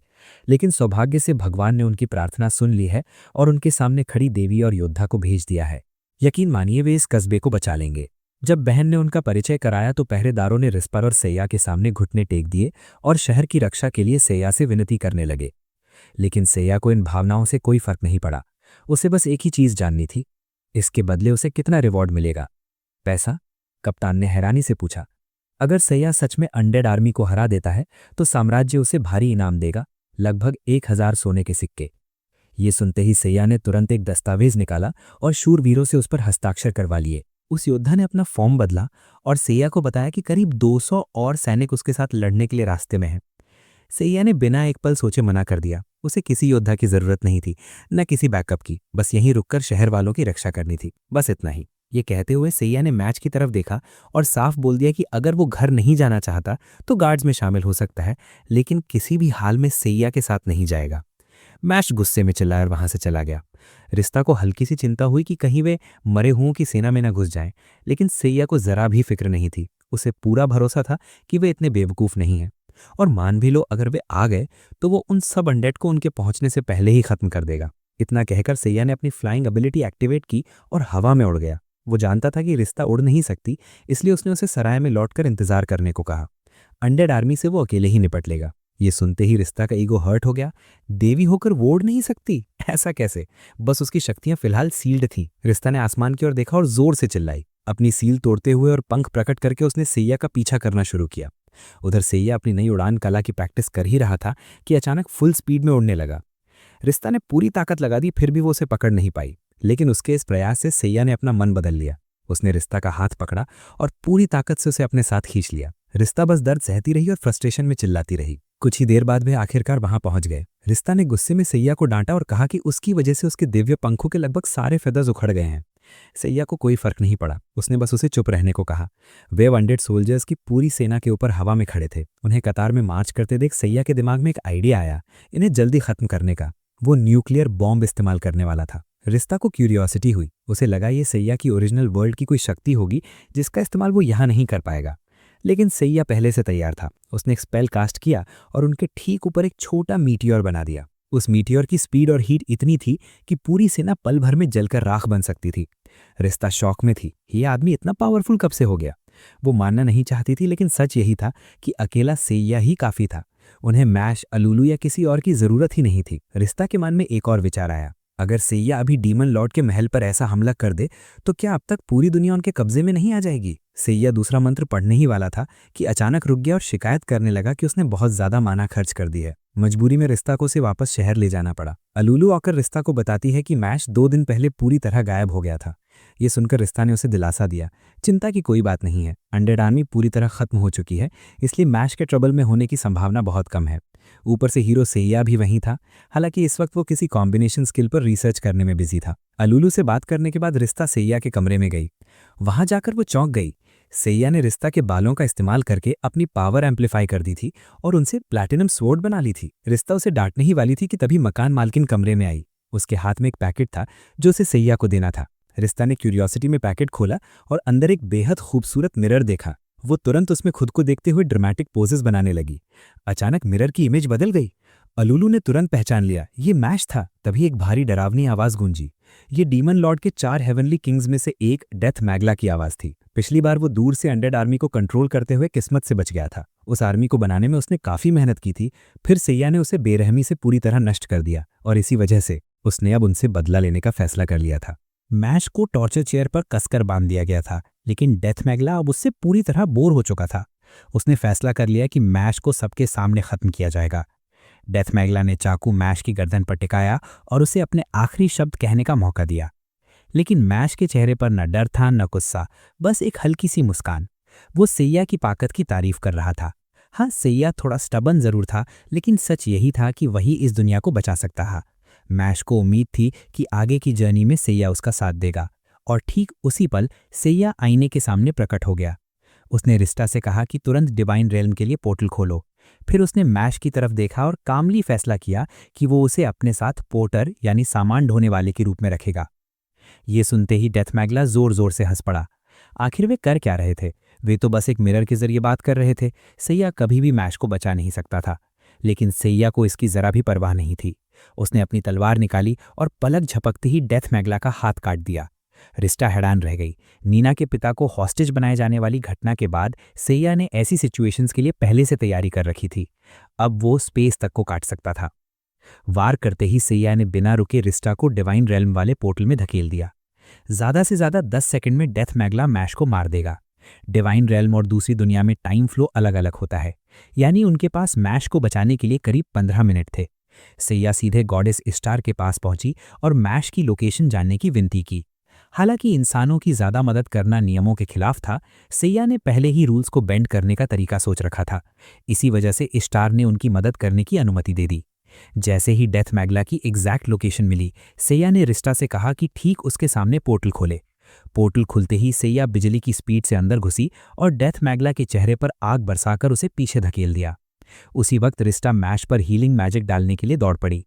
हीलिंग करते करते उसकी नज़र सैया पर बनी हुई थी। तभी डेथ मैगला ने एक गहरे काले रंग के क्रीचर को समन किया। ये डार्क फ्यूरिस था, फायर टाइप का सबसे पावरफुल मॉन्स्टर। रिश्ता ने जल्दी से स्टैट्स चेक किए और उसका चेहरा उतर गया। इस मॉन्स्टर के पास 100,000 डिफेंस पॉइंट्स थे और ये लगभग हर एट्रीब्यूट के प्रति रेजिस्टेंट था। सिर्फ आइस ही से डैमेज पहुंचा सकती थी। ये सुनते ही डेथ मैगला जोर जोर से हंस पड़ा। उसने सैया और मैशिना की पूरी फाइट ऑब्जर्व थी। सैया के फायर मैजिक इस्तेमाल करने की जानकारी के आधार पर ही उसने इस मॉन्स्टर को तैयार किया था। अब सैया इसे कैसे हराएगी? सैया हल्के से मुस्कुराई और अपनी तलवार म्यान में डालते हुए बोली, वो हमेशा फुली प्रिपेयर्ड रहती है। फिर सैया आगे बढ़ी और मॉन्स्टर के पेट में जोरदार पंच मारा। घबराकर डेथ मैगला ने अपनी पूरी शक्ति फायर में झोंक दी ताकि सैया को एक ही बार में जला दे, लेकिन सैया ने डॉज नहीं किया। उसने सीधा उस हमले का सामना किया। एक साधारण मुक्के से ही मॉन्स्टर का अटैक रुक गया। ये देखकर डेथ मैगला को अपनी आंखों पर यकीन नहीं हुआ। दोनों के पंचेस टकराए और उसी पल मॉन्स्टर का हाथ जमने लगा और डेथ मैगला पूरी तरह शॉक में चला गया। सैया आइस पावर कैसे इस्तेमाल कर सकती थी? फायर और आइस तो एक दूसरे के बिल्कुल ऑपोजिट थे। तभी उसकी नज़र सैया की उंगली में पहनी रिंग पर पड़ी। रिश्ता भी समझ चुकी थी कि सैया ने पॉकेट से निकालकर एलिमेंट्स को कंबाइन कर लिया था। सैया ने और भी रिंग्स निकाली, हर सिचुएशन के लिए रेडी। आइस ही नहीं बल्कि डार्कनेस, लाइट, लाइटनिंग, अर्थ और विंड, हर एलिमेंट की रिंग्स उसके पास थी। डेथ मैगला अब भी यकीन नहीं कर पा रहा था। भले ही मॉन्स्टर के पास 100,000 डिफेंस और आइस रेजिस्टेंस थी, फिर भी वो सैया का सामना कर सकता था। कम से कम उसे ऐसा लग रहा था, लेकिन ये भी सैया की कैलकुलेशन में शामिल था। आइस का ऑपोजिट फायर होता है और इस वक्त मॉन्स्टर पूरी तरह फ्रीज हो चुका था। सेया को बस एक और पावरफुल फायर अटैक करना था और जीत पक्की थी। उसने तलवार निकाली और आगे बढ़कर मॉन्स्टर की छाती में वार कर दिया। उसका शरीर टूटने लगा और डेथ मैगला के चेहरे पर डर साफ दिखने लगा। अब उसके पास कोई चाल नहीं बची थी। सेया उसके पास पहुंची और रिस्टा तुरंत उसका इरादा समझ गई। उसने मैश को वहां से निकालने में मदद की। विशाल महल अब सिर्फ हेवनली किंग डेथ मैगला की चीखों से गूंज रहा था। मैश को आराम के लिए सराय में लाया गया, जहां अलुलू उदास खड़ी उसका इंतजार कर रही थी। थोड़ी देर बाद मैश की आंख खुली और उसने रिस्टा और अलुलू को हैरानी से देखा। रिस्टा ने तुरंत समझाया कि सेया ने डेथ मैगला को हरा दिया था और जब मैश बेहोश था तब उसे महल से बाहर ले आई थी। तभी सेया एक थैला लेकर आई और उसे मेज पर रख दिया। उसने मैश और अलुलू से कामली कहा, अब जल्दी से तैयार हो जाओ। वो इन दोनों बच्चों को अपना सामान उठाने की अनुमति देने वाली थी। अलुलू बेहद खुश थी क्योंकि हीरो के लिए सामान उठाना उसके लिए एक ऑनर जैसा था। लेकिन मैश ने चादर को कसकर पकड़ रखा था। जो कुछ भी हुआ था उसके बाद मैश को बहुत कुछ समझ आ गया था और सबसे बड़ी बात यह कि उसकी ताकत अभी भी इनसफिशिएंट थी। इसी एहसास के साथ वो तुरंत घुटनों के बल बैठ गया और सेया से उसे सिखाने की रिक्वेस्ट करने लगा। सेया ने न तो साफ हाँ कहा नहीं मना किया, बस इतना बोला कि जब तक मैश उसका सामान संभाले रखे वो जो चाहे कर सकता है। सेया जाने ही वाला था कि मैश ने उसे रोक लिया। अपनी ग्रैटिट्यूड दिखाने के लिए मैश और अलुलू सबसे पहले सेया को ड्रैगन केव ले जाना चाहते थे। 16 साल पहले जिस गांव में मैश पैदा हुआ था वहां एक पुरानी लेजेंड प्रचलित थी। कहा जाता था कि एक ड्रैगन स्वर्ग से उतरा था और अपने साथ मैश और अलुलू को भी ले आया था। गांव वालों ने मैश को बताया था कि वहां एक सील लगी हुई है और अगर प्रोफेसी में बताए गए हीरो मैश और अलुलू के साथ वहां जाए तो वो सील टूट सकती है। ऐसा होने पर सेया को एक ऐसा मिथिकल वेपन मिलेगा जो किसी भी दुश्मन को हरा सकता है। लेजेंडरी वेपन का नाम सुनते ही रिस्टा की आंखें चमक उठीं। वो दौड़कर सेया से बच्चों के साथ जाने की प्ली करने लगी, लेकिन सेया ने तुरंत मना कर दिया और कहा कि उसे पहले कहीं और जाना है। रिस्टा सेया को डिवाइन रेल्म वापस ले जाने के लिए पोर्टल खोला और इस बार मैश और अलुलू भी उनके साथ चले गए। ये डिवाइन रेल्म में उनका पहला एक्सपीरियंस था और दोनों बच्चे काफी एक्साइटेड थे। उन्होंने सेया से थोड़ा घूमने की परमिशन मांगे। सेया ने उन्हें रोकते हुए कहा कि अभी इसके लिए टाइम नहीं है। पूरा ग्रुप डाइनिंग हॉल की तरफ चला गया। रिस्टा ने चारों ओर देखा लेकिन उसे सर्सियस कहीं नजर नहीं आया। बाद में पता चला कि सर्सियस एप्रन पहने बेकिंग कर रहा था। रिस्टा को देखते ही वो तुरंत छिपने की कोशिश करने लगा, लेकिन सेया की नजरों से वो कैसे बच पाता। जब रिस्टा ने पूछा कि वो यहाँ क्या कर रहा है तो सर्सियस ने बहाना बनाया कि उसने अपनी तलवार नीचे रख दी है और बस बेकिंग कर रहा है। सेया को उसके हॉबी से कोई मतलब नहीं था। उसने अपनी तलवार सीधे सर्सियस के चेहरे पर तान दी और उसे अपने असली ड्यूटी पर लौटने के लिए कहा। डर के मारे सर्सियस चीख पड़ा और बोला कि अब वो किसी को ट्रेनिंग नहीं देगा। लेकिन जैसे ही रिस्टा ने मैश को आगे किया, सर्सियस का एटीट्यूड तुरंत बदल गया। मैश की एबिलिटी बेहद कम थी, सर्सियस से भी कहीं ज्यादा वीक। ये देखकर सर्सियस जोर से हंसा और मैश को सिखाने के लिए रेडी हो गया। अलुलू के लिए एक अलग ट्रेनिंग कोर्स तय किया गया। रिस्टा उसे फायर गॉडेस हेस्टिया से मिलवाने ले गई। इंसानों की मदद करना देवताओं का रिस्पॉन्सिबिलिटी था, इसलिए हेस्टिया मना नहीं कर सकी। बच्चों की ट्रेनिंग तय होने के बाद सेया और रिस्टा वहां से निकल पड़े। अब सेया रिस्टा के लिए भी किसी ट्रेनर की तलाश करना चाहता था। यह सुनकर रिस्टा मन ही मन सेया को कोसने लगी। आखिर उसे कौन सिखाना चाहेगा। इन्हीं सोचों में डूबी रिस्टा एक विशाल संदूक से टकरा गई। सामने थी Valkyrie, goddess of destruction. Valkyrie ने तुरंत रिस्टा का कॉलर पकड़ लिया और उसे धमकाया। एक थर्ड रैंक गॉडेस की इतनी हिम्मत कैसे हुई कि उसका रास्ता रोके। रिस्टा डरते हुए माफी मांगने लगी। वैल्करी ने थोड़ा टीज किया और फिर जाने के लिए मुड़ गई। सेया मानना नहीं चाहता था, लेकिन उसे रिस्टा को बताना पड़ा कि उसे वैल्करी से एक बेहद डेंजरस ऑरा महसूस हो रहा है। रिस्टा भी जानती थी वैल्करी डिवाइन रिल्म की सबसे पावरफुल गॉडेस थी। उसने सेया को साफ चेतावनी दी कि वैल्करी से ट्रेनिंग मांगने का सोचना भी मत, क्योंकि वो किसी भी इंसान को बिना सोचे मार सकती है। लेकिन रिस्टा अपनी बात पूरी कर पाती उससे पहले ही सेया दौड़कर वैल्करी के पास गया और ट्रेनिंग की मांग कर दी। सेया का ये बोल्ड एटीट्यूड देखकर वैल्करी भड़क गई। रिस्टा ने माफी मांगने की कोशिश की, लेकिन वैल्करी को कोई फर्क नहीं पड़ा। बिना एक पल गवाए उसने सेया को वहीं मार डाला, ठीक उसी समय जब वो कुछ करने वाली थी। तभी गॉडेस एरिया प्रकट हुई और सेया की तरफ से वैल्करी से माफी मांगी। एरिया भी हाई रैंक गॉडेस थी, इसलिए वैल्करी ने बात आगे नहीं बढ़ाई। लेकिन बदले में उसने एरिया से एक अजीब सी शर्त रखी। उसे उसकी चेस्ट को फ्रीली टच करने की परमिशन चाहिए। एरिया ने अनिच्छा से हामी भर दी। वैल्करी के जाते ही एरिया ने सेया की तरफ मुड़कर उसे डांटने की तैयारी की। अब उसे समझ आ चुका था कि सेया ट्रेनिंग चाहता है। एरिया ने सेया को अपने साथ चलने को कहा। वो उसे वॉर गॉडेस अडनिला के पास ले गई और रिक्वेस्ट की कि वो सेया को ट्रेन करे। एक इंसान को ट्रेनिंग देना? अडनिला जोर से हंस पड़ी। ये तो इंटरेस्टिंग होने वाला था। अगले ही पल अडनिला सेया के पीछे प्रकट हुई और बोली कि उसके पास सिर्फ एक ही चाल है। ये चाल इतनी फास्ट थी कि ये नॉर्मल इंसान की आंखें उसे फॉलो तक नहीं कर सकती थी। सवाल यही था, क्या सैया इसे सीख पाएगी? बिना ज़्यादा सोचे सैया ने चैलेंज एक्सेप्ट कर लिया और यहीं से लर्निंग का पहला दिन शुरू हुआ। हमेशा की तरह रिस्टा सबके लिए खाना लेकर आई। मैच ठीक ठाक था। अलूलू गॉडेस हेस्टियाका के साथ अच्छा समय बिता रही थी और आखिर में रिस्टा सैया के ट्रेनिंग एरिया पहुंची, जहां उसने एडनेला को दीवार के सहारे बैठा पाया। पूछने पर एडनेला का चेहरा हल्का सा लाल हो गया और हंसते हुए उसने माना कि ये हीरो थोड़ा स्ट्रेन जरूर है, लेकिन उसे सिखाना सरप्राइजिंगली मजेदार है। ट्रेनिंग के दूसरे दिन जब रिस्टा खाना लेकर आई तो उसने देखा कि मैश और सैया पहले से ही कैंटीन में बैठे हैं। मैश ने खुद सैया को बुलाया था क्योंकि वो उससे और सीखना चाहता था। सैया अपना काम पूरा करके उठने लगा, वहीं रिस्टा बैठ गई और मैश से पूछने लगी कि सैया ने उसे आखिर सिखाया क्या। जाहिर सी बात है, ये सब ओवर कॉशियस रहने से जुड़े थ्योरीज थे। फिर आया ट्रेनिंग का तीसरा और आखिरी दिन। सेशन खत्म होते ही रिस्टा मैश को लेने पहुंची और दूसरी दुनिया में लौटने की तैयारी शुरू हो गई। सर्सियस के साथ ट्रेनिंग के बाद मैश का लेवल काफी बढ़ चुका था, लेकिन अलुलू में कोई खास इंप्रूवमेंट नहीं दिखा। उसी वक्त हेस्टियाका ने रिस्टा को अकेले में बुलाया और बताया कि अलुलू में मैजिक टैलेंट लगभग नहीं के बराबर है, इसलिए बेहतर यही होगा कि वो जल्दी उम्मीद छोड़ दे। दोनों बच्चों को साथ लेकर रिस्टा वापस सैया को ढूंढने चली गई। सैया अब भी क्यूरियस थी कि आखिर एडनेला उसे क्या देने वाली है। दूर से एडनेला एक खूबसूरत ड्रेस में मुस्कुराती आंखों के साथ सैया की तरफ दौड़ती हुई आई। उसका लुक 3 दिन पहले से बिल्कुल अलग था, जिसे देखकर रिस्टा सच में शॉक्ड रह गई। ये लड़का कितना चार्मिंग हो गया था। एडनेला ने सैया को दिल से बनाया हुआ केक दिया। सैया ने बिना झिझक मना कर दिया और आगे बढ़ गई। यही देखकर एडनेला गुस्से में आ गई और डिवाइन रेल्म में हंगामा मचाने लगी। रिस्टा ने चिल्लाकर सैया से अपनी गलती सुधारने की गुहार लगाई, लेकिन सैया ने ध्यान नहीं दिया और टेलीपोर्टेशन गेट में घुस गई। अगला डेस्टिनेशन था ड्रैगन केव। रास्ते में अलुलू फायर मैजिक की प्रैक्टिस कर रही थी।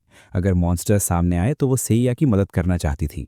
सैया ने तुरंत मना कर दिया और साफ कहा कि अलुलू का काम सिर्फ सामान ढोना है, उसे बाकी चीजों की टेंशन लेने की जरूरत नहीं। तभी अचानक एक ऑर्क प्रकट हो गया। मैश ने अपनी तलवार निकाली और फाइट के लिए तैयार हुआ, लेकिन उससे पहले ही आसमान से एक फायरबर्ड झपटा और उस ऑर्क को जलाकर राख कर दिया। ये सैया की नई स्किल थी। अब वो 50 मीटर्स की रेंज में फायरबर्ड समन कर सकती थी। इस एरिया में आने वाला हर मॉन्स्टर उसका टारगेट बन जाता था। इसके बाद मॉन्स्टर्स की कई वेव्स आईं, लेकिन फायरबर्ड ने सबको खत्म कर दिया। ग्रुप ज्यादा इक्विपमेंट लेने के लिए पास के एक टाउन पहुंचा, क्योंकि केव में जाने के लिए टॉर्चेस जरूरी थी। इसी दौरान सैया ने मैश के टेस्ट लिए और पूछा कि उन्हें कितनी टॉर्चेस खरीदनी चाहिए। मैश ने कॉन्फिडेंस के साथ कहा 50, लेकिन रिस्टा तुरंत बोली रॉन्ग, 500 लेनी चाहिए। 5 काफी हैं गाइस। टॉर्चेस लेने के बाद ग्रुप आगे बढ़ा। तभी अलुलू और मैश के हाथ अचानक चमकने लगे। ये साइन था कि वे ड्रैगन केव के बहुत करीब पहुंच गए हैं। कुछ ही देर में एंट्रेंस मिल गया। सैया सबको अंदर ले गई। सामने एक विशाल डोर था जिस पर 2 हाथों के निशान बने हुए थे। मैश और अलुलू तुरंत समझ गए। वे सील तोड़ने के लिए आगे बढ़ने ही वाले थे कि सैया ने अचानक अपनी तलवार निकाल ली। उसकी ब्रूट फोर्स के सामने किसी कॉम्प्लिकेटेड मेथड की जरूरत ही नहीं थी। सैया ने डोर तोड़ा और अंदर छलांग लगा दी। भीतर सिर्फ एक प्लेटफॉर्म था। ग्रुप के अंदर आते ही वो प्लेटफॉर्म चमक उठा, जैसे उन्हें इनवाइट कर रहा हो कि उस पर कदम रखते ही वे ड्रैगन विलेज टेलीपोर्ट हो जाएं। रिस्ता तुरंत कूदना चाहती थी, लेकिन सैया ने उसे रोक दिया। पहले उसने टेस्ट के लिए एक स्टोन डमी उस पर रखा। ट्रैप ना होने की कंफर्मेशन के बाद सैया ने सबको एक साथ टेलीपोर्ट होने दिया। वहां पहुंचते ही उनका स्वागत एक ड्रैगन ह्यूमन ने किया, जिसने अपना परिचय लेगोस के रूप में दिया और उन्हें ड्रैगन विलेज में वेलकम किया। लेगोस गाइड की भूमिका निभाते हुए रास्ते में विलेज का इतिहास बताया। आखिर में लेगोस उन्हें ड्रैगन मदर लेवी के पास ले गया। लेवी ने मैश को बुलाया और उसे ड्रैगन ह्यूमन बनने की विधि सिखाई, जिससे उसकी ताकत 10 गुना बढ़ सकती थी। अलुलू भी एक्साइटेड हो गई और चाहती थी कि लेवी उसे भी सिखाए, लेकिन ड्रैगन मदर ने मना कर दिया, ये कहते हुए कि अलुलू के लिए एक और भी ज्यादा इंपॉर्टेंट मिशन तय किया गया है। अपने प्राणों का बलिदान देकर अलुलू दानव राजा को हराने के लिए नायक का अल्टीमेट वेपन बन जाएगी। सबके चेहरे पर अब भी कंफ्यूजन साफ दिख रहा था, तो लावी ने आगे एक्सप्लेन किया। पौराणिक कथाओं के मुताबिक जब कोई ड्रैगन ह्यूमन मानव रूप में जन्म लेकर अपने प्राणों का बलिदान देता है, तब एक सुप्रीम सोर्ड प्रकट होती है। ये सुनते ही मैश ने तुरंत मना कर दिया। वो किसी भी हालत में अपनी दोस्त अलुलू को मरते हुए नहीं देखना चाहता था, लेकिन लावी को इससे कोई फर्क नहीं पड़ा। उसने दोनों को याद दिलाया कि इस वक्त दुनिया का करीब 70% हिस्सा डीमन लॉर्ड की सेना के कब्जे में है। वे जहां चाहे वहां जाते हैं, लोगों का मैसेकर करते हैं और अब तो ज्यादातर छोटे गांव ही बचे हैं। अगर हालात ऐसे ही रहे तो जल्द ही पूरी दुनिया मॉन्स्टर्स के हाथों में चली जाएगी। दुनिया को बचाने का बस एक ही रास्ता है, डीमन लॉर्ड को हराना। लावी ने अलुलू की सराहना करते हुए कहा कि वो उसका बहुत सम्मान करती है। अलुलू ही वो परफेक्ट ब्लेड है। वो तलवार जो भविष्य में डीमन लॉर्ड का अंत करेगी। लावी की बात सुनकर बाकी ड्रैगन ह्यूमंस ने भी सम्मान में सिर झुका दिए। लावी अपना फैसला कर चुकी थी। अब जब हीरो आ चुका था, उसी रात स्वॉर्ड ऑफरिंग रिचुअल किया जाएगा, इसलिए अलूलू को अपने आखिरी पल दोस्तों के साथ बिताने चाहिए। महल से बाहर निकलते वक्त मैश ने अलूलू से पूछा कि क्या वो सच में दुनिया को बचाने के लिए खुद को सैक्रिफाइस करना चाहती है। अलूलू थोड़ी उदास जरूर थी, लेकिन फिर भी उसने मैश को जवाब दिया। उसने कहा कि वो काफी समय से यूजफुल बनना चाहती थी। अब जब मौका मिला है तो वो इस दुनिया को बचाने वाली तलवार बनी भी। रिस्टा ने सेया को ढूंढने के लिए मुड़कर देखा, लेकिन वो पास के ही एक स्टॉल पर आराम से शॉपिंग कर रहा था। रिस्टा ने गुस्से में पूछा कि ऐसे समय पर वो शॉपिंग कैसे कर सकता है, उसे कम से कम अलूलू के बारे में तो सोचना चाहिए। सेया ने शांति से जवाब दिया कि अगर अलूलू को यही करना है तो उसे उससे कुछ भी कहने की जरूरत नहीं है। ये सुनते ही अलूलू की आंखों में आंसू भर आए और वो बिना कुछ कहे मुड़कर चली गई। उस शाम लावी के महल में ग्रैंड फीस्ट रखी गई। सेया का ग्रुप वीआईपी गेस्ट की तरह ट्रीट किया गया और 2 छोटी ड्रैगन लड़कियां रिस्टा के लिए कुकीज लेकर आई। रिस्टा को सेया को काफी देर तक मनाना पड़ा, तब जाकर उसने उन्हें खुश करने के लिए एक कुकी खाई। जैसे ही उसने कुकी मुंह में डाली, हॉल की लाइट्स अचानक बंद हो गई। डिसाइसिव मोमेंट आ चुका था। अलूलू एक भव्य पोशाक में ड्रैगन गार्ड्स द्वारा एक ऊंची चट्टान पर ले जाई गई। लावी के अनुसार ये ड्रैगन अबिस था, जिसे पहले ड्रैगन एम्परर ने बनाया था। नीचे कूदते ही अलूलू का खून और मांस एक अल्टीमेट स्वॉर्ड में बदल जाएगा। चट्टान पर खड़ी अलूलू ने पीछे मुड़कर मैश को देखा और हल्की सी मुस्कान दी। वो जल्द ही फिर उनसे मिलेगी। उसे उम्मीद थी कि जब वो तलवार बन जाएगी तो कम से कम सेया उसे समय समय पर साफ करता रहेगा ताकि उसमें जंग न लगे। ये सुनते ही मैश का दिल टूट सा गया। वो अब और नहीं सह पाया और अलूलू को बचाने के लिए आगे बढ़ा, लेकिन 2 ड्रैगन गार्ड्स ने उसे रोक लिया। चट्टान पर अलूलू के चेहरे पर डर साफ झलकने लगा था। ये देखकर लावी ने गार्ड्स को रिचुअल पूरा करने का आदेश दे दिया। रिस्टा की चेतावनियों के बावजूद सारे ड्रैगन लोग सैक्रेड स्वॉर्ड का नाम जप रहे थे। उन्हें अलूलू की फीलिंग से कोई मतलब नहीं था। अलूलू अब क्लिफ के बिल्कुल किनारे पहुंच चुकी थी और पीछे हटने का कोई रास्ता नहीं बचा था, क्योंकि गार्ड्स लगातार उसे आगे धकेल रहे थे। तभी अचानक सेया पीछे प्रकट हुआ और दोनों गार्ड्स को धक्का देकर सीधे लावी की तरफ फेंक दिया। सेया ने गहरी सांस ली और अलूलू से कहा कि उसने दोपहर में ही साफ साफ कह दिया था कि उसे अब कुछ नहीं कहना है। फिर अलूलू इतनी मूर्ख कैसे हो सकती है कि उसका मतलब न समझे। अगर अलूलू तलवार बन गई तो वो उसका सामान कौन उठाएगा। ये सुनकर रिस्टा जोर से हंस पड़ी। लावी पूरी तरह कंफ्यूज थी। रिस्टा ने उसकी ओर देखकर कहा कि वे इस दुनिया को बचाने आए हीरो हैं। वे अपने साथी को कभी भी अपनी जान नहीं देने देंगे। लेकिन फिर भी लावी नहीं मानी। उसने सिर झुकाकर कहा कि हीरो और गॉडेसेस आखिरकार सिर्फ अपने बारे में सोचते हैं, उसके कबीले के बारे में नहीं। ये सुनकर मैश का गुस्सा फूट पड़ा। वो ड्रैगन ह्यूमन में बदल गया और लावी को सबक सिखाने के इरादे से गार्ड्स को धक्का देकर हटाने लगा, लेकिन अचानक गिर पड़ा। रिस्टा भी जमीन पर गिर पड़ी। लावी जोर जोर से हंसते हुए बोली कि वो पहले से सतर्क थी। उसे अंदाजा था कि ऐसा होगा, इसलिए उसने उनके ड्रिंक्स में पैरालिसिस पॉइजन मिला दिया था। वो रिचुअल जारी रखना चाहती थी, लेकिन सेया पर इसका कोई असर नहीं हुआ। सेया मुस्कुराई और इसे बच्चों वाला मजाक बताते हुए कहा कि वो कभी छिपकली का मांस खाएगी ही नहीं। जब ये तरीका भी फेल हो गया तो अब सिर्फ एक ऑप्शन बचा था। लावी एक विशाल ड्रैगन में बदल गई और उड़ते हुए सेया के सामने आ खड़ी हुई। लावी के पास सामान्य रूप से हाई एचपी और कंप्लीट डिफेंस को देखकर रिस्टा का पसीना छूट गया। साया पूरी तरह काम रही और उसने मैश से पूछा कि हथियार किस बॉक्स में रखे हैं। फिर साया ने अपने बैग से एक गहरी काली तलवार निकाली। उसे देखते ही लवी डर के मारे कांप उठी, क्योंकि वो वही ड्रैगन स्लेयर सोर्ड थी। मैश और रिस्टा दोनों शौक में थे कि साया के पास ये तलवार आखिर आई कहां से। लेकिन सच यही था कि ये उसकी एक्सट्रीम प्रिपरेशन का नतीजा था। जिस पल उसे पता चला कि वे ड्रैगन केव जाने वाले हैं, उसी पल साया ने ड्रैगन फाइट की पॉसिबिलिटी को कैलकुलेट कर लिया था और इसलिए उसने ये तलवार पहले से तैयार रखी थी।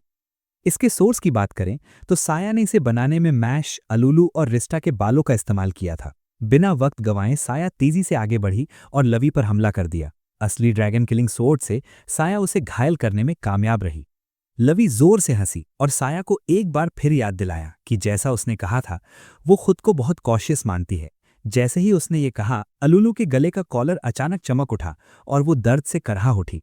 कर्स एक्टिवेट होते ही वो कॉलर जेल के फंदे जैसा कस गया। अब अलूलू के पास अपनी जान बचाने के लिए सिर्फ 3 मिनट थे।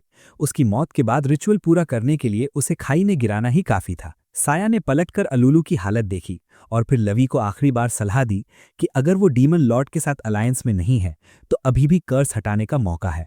लेकिन जाहिर था लवी नहीं मानी और यहीं से साया के पास पीछे हटने का कोई रीजन नहीं बचा। उसने फायर की एक जबरदस्त स्ट्रीम छोड़ी जिसने एक ही झटके में लवी की आधे से ज्यादा एचपी उड़ा दी। फिर भी लवी पीछे नहीं हटी।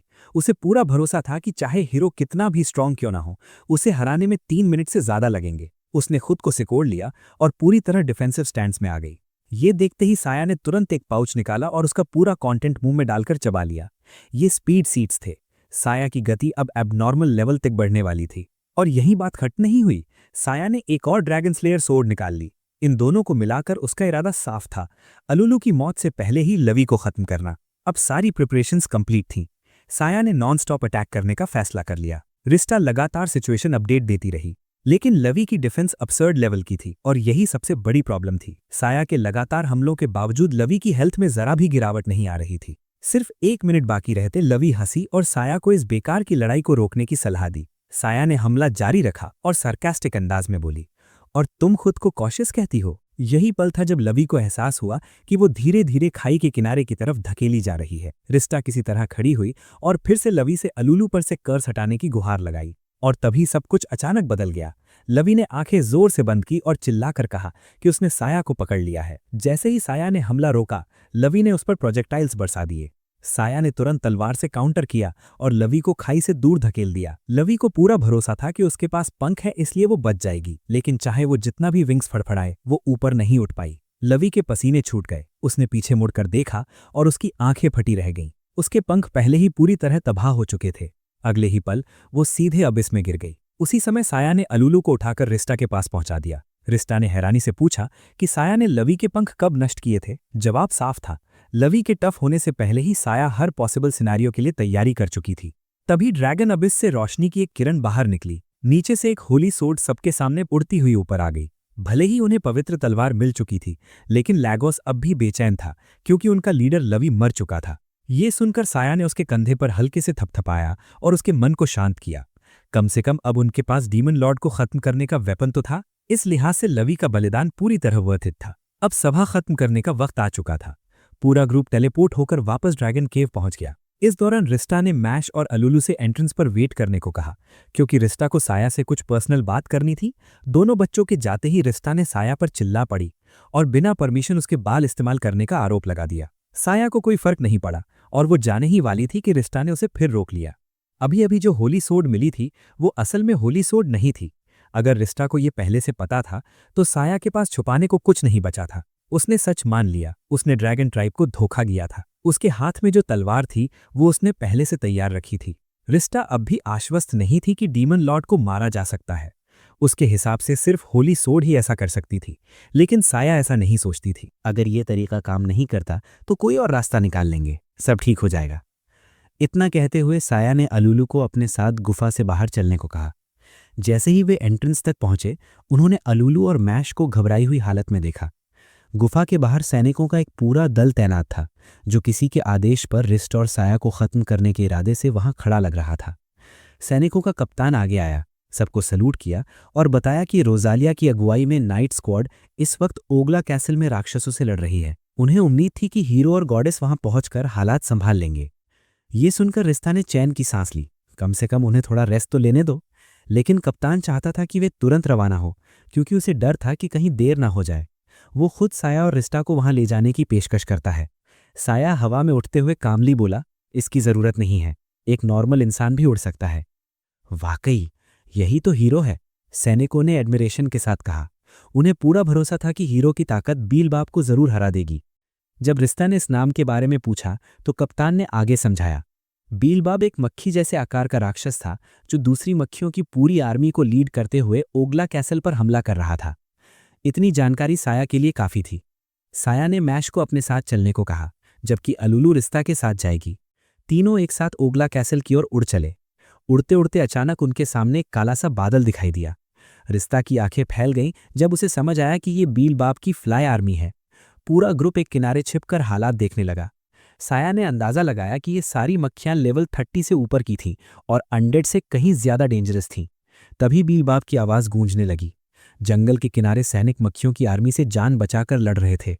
रिस्ता ने बीलबाब के स्टैट्स चेक किए। वो 4 हेवनली किंग्स में से एक नहीं था, लेकिन उसकी स्पीड अब नॉर्मल थी। उसकी मक्खियों की सेना ब्रूटल और बेहद पावरफुल थी। बीलबाब के आदेश पर वे सैनिकों को हवा में उठाकर नीचे फेंक देते थे, जिससे उनकी हड्डियां और शरीर चकनाचूर हो जाते थे। ये सब देखकर बीलबाब जोर जोर से हंसा और बोला कि जब तक हीरो सामने नहीं आता वो सबको मार डालेगा। अब साया को समझ आ गया कि ओगला कैसल अभी तक क्यों बचा हुआ था। वो जानबूझकर हीरो को बाहर लाने की कोशिश कर रहा था। बीलबाब के हटते ही साया सैनिकों के पास पहुंचा। रोजालिया, जो मुश्किल से खड़ी थी, तुरंत साया को पहचान लिया। उसने काउंटर अटैक की तैयारी का आदेश दिया, लेकिन कार्लो ने उसे रोक लिया। अभी बहुत सारे घायल थे, इसलिए जल्दबाजी ठीक नहीं थी। रोजालिया ने बात समझी और साया के ग्रुप को फोर्ट ओगला में स्ट्रैटेजी डिस्कस करने के लिए बुलाया। रास्ते में कार्लो ने साया को पूरी सिचुएशन समझाई। बीलबाब का हर कदम सिर्फ साया को बाहर निकालने के लिए था। किले को तबाह करने के बावजूद वो एम्पायर में आगे नहीं बढ़ सका, क्योंकि अगर वो आगे जाता तो एम्पायर का स्ट्रॉन्गेस्ट जनरल उसे तुरंत खत्म कर देता। साया को ये बात अजीब लगी। अगर वो जनरल इतना स्ट्रांग है तो वो खुद दुनिया को क्यों नहीं बचा रहा? जरूर कोई रीजन होगा। बाद में पता चला कि वो जनरल राजधानी छोड़ ही नहीं सकता था। कार्लो सबको मीटिंग रूम में ले आया। मीटिंग शुरू होने से पहले साया ने अपनी सिक्योरिटी चेक करनी जरूरी समझी। उसने कई पॉसिबिलिटीज सोची, disguise demons, trapped fortress, hidden listeners. सब कुछ थरोली चेक करने के बाद भी जब कुछ सस्पेशियस नहीं मिला तो रोजालिया ने गुस्से में कहा कि ये सारी नॉनसेंस बंद करो। अब किसी मीटिंग की जरूरत नहीं है। वो और हीरो सीधे राक्षसों पर हमला करेंगे। साया मान गया, लेकिन सिर्फ पहले हिस्से के लिए। उसके बाद कोई डिस्कशन नहीं। साया ने फैसला किया कि वो डिवाइन रेल्म वापस जाएगा ताकि पूरे ग्रुप के लिए और इंटेंस स्कैनिंग का इंतजाम कर सके। ये सुनकर रोजालिया सन्न रह गई। क्या साया उन्हें छोड़कर जा रहा था? तभी रिश्ता ने बीच में आकर समझाया कि डिवाइन रेल्म में टाइम फ्लो अलग होता है, इसलिए घबराने की जरूरत नहीं है। रोजालिया ने रिश्ता की तरफ देखा और कहा कि अगर साया को और ट्रेनिंग चाहिए तो गॉडेस खुद बैटल में उसका साथ दे सकती है। साया ने तुरंत इस आइडिया को रिजेक्ट कर दिया और साफ कहा कि भले ही रिश्ता एक गॉडेस हो, लेकिन वो प्रैक्टिकली यूजलेस है। अब उनके पास बस एक ही ऑप्शन बचा था, यही इंतजार करना जब तक साया पूरी तैयारी करके वापस न लौट आए। उसने मक्खियों के झुंड को पहले ही देख लिया था और इस वक्त उसे जीत की कोई रियल होप नजर नहीं आ रही थी। ये देखकर रोजालिया एकदम फ्रीज हो गई और फिर साया पर चिल्लाते हुए उसे ऐसा रूथलेस हीरो कह दिया जो अपने साथियों को मरते हुए बस देखता रहता है। साया ने बिल्कुल काम रहते हुए जवाब दिया, अगर पहले से पता है कि कोई चांस नहीं है तो अंदर घुसना सबसे ज्यादा फूलिश फैसला होता है।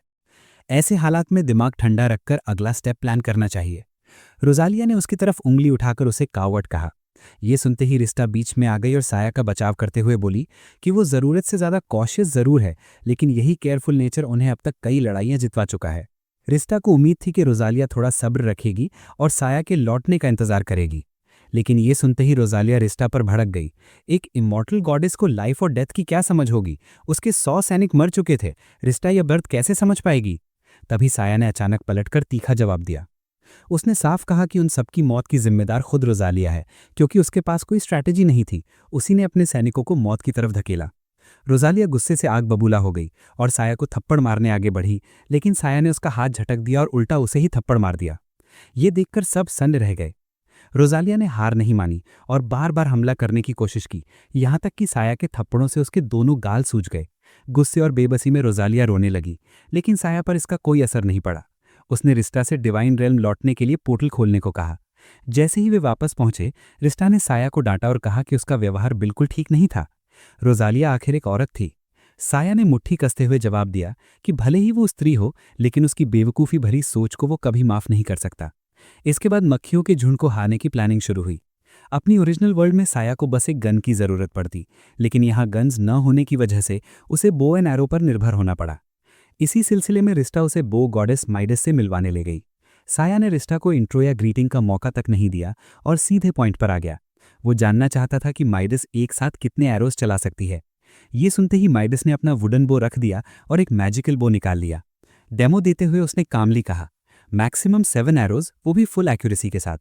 अगर साया सीखना चाहता था तो उसे सबसे पहले मैजिकल बो बनाना सीखना होगा। ये सुनकर साया ने अलुलू से फायर बो बनाना सिखाया। अलुलू ने जो भी सिखाया, साया ने उसे बिना किसी डिफिकल्टी के परफेक्टली रेप्लिकेट कर लिया। साया वही माइडस के साथ ट्रेनिंग के लिए रुक गई, जबकि मैश और अलुलू को रिश्ता अपने साथ ले गई। मैश भी किसी ऐसे इंसान को ढूंढना चाहता था जो उसे ट्रेन कर सके, लेकिन अलुलू का भी मूड नहीं था। छोटी सी बच्ची बस बैठकर स्वीट्स खाना चाहती थी। तभी सर्सियस वहां से गुजरा। रिश्ता को देखते ही वो पास आया और हल्के से उसे अदनेला की याद दिलाई। तभी रिश्ता को याद आया कि साया ने पहले किसी लड़की का दिल तोड़ा था।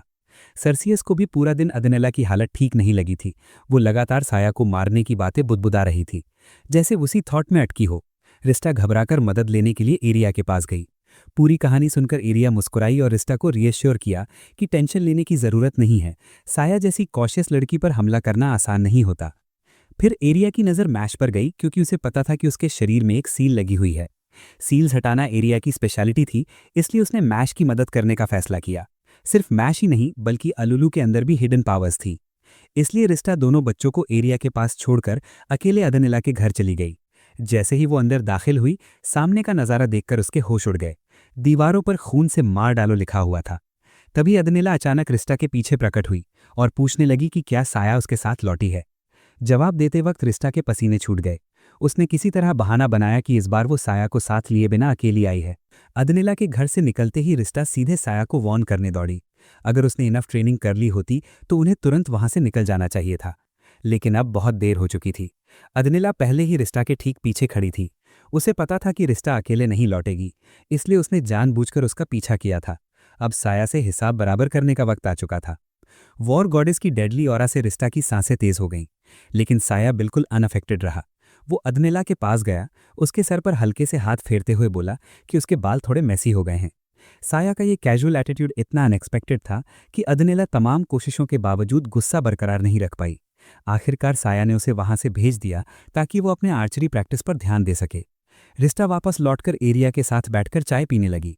जैसा कि एरिया शुरू से कह रही थी, ज्यादा चिंता करने की कोई बात नहीं थी। अदनिला एक अच्छी देवी थी, वो किसी इंसान को मारने नहीं वाली थी। जो भी उन्हें करना है करने दो। फिर एरिया ने रिस्टा को मैश और अलुलू का हाल जानने के लिए बुलाया। आर्या ने दरवाजा खोला और मैश से कामली पूछा कि अब वो क्या क्या कर सकता है।